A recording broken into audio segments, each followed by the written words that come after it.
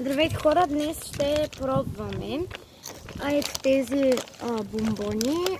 Те са купчета и вътре имат са паднат динозавър, акула, мече, който е костенурка и хипопотам.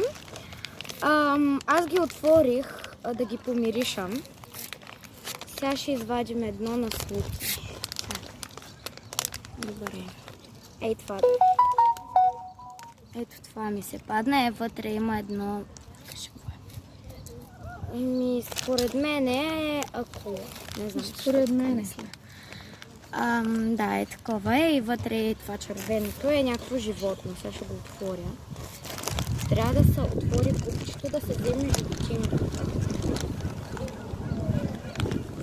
Мама не е акула. Меченце. Или...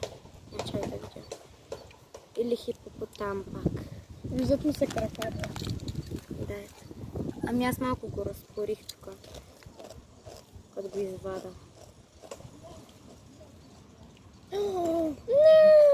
Бико! Отнах му краката. Това защо така трудно се изважда? То не ми мяза на нищо. Динозавърчето! Вижте. Остана му главата. Да. Ти се разбра.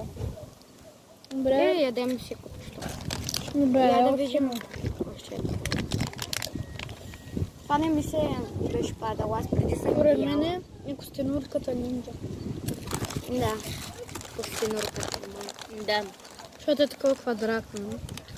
Какво квадратно ма? Кръгло. Добре, да.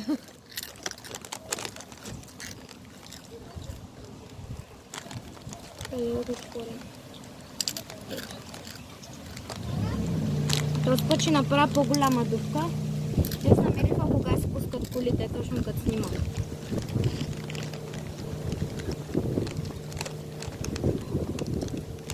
Това какво е? Костенурката минджа. Верно ли? Нинджа. Май. Чакай. Моята ни го разпорва. Да. Как да го извадя? Аха. Костенурката нинджа.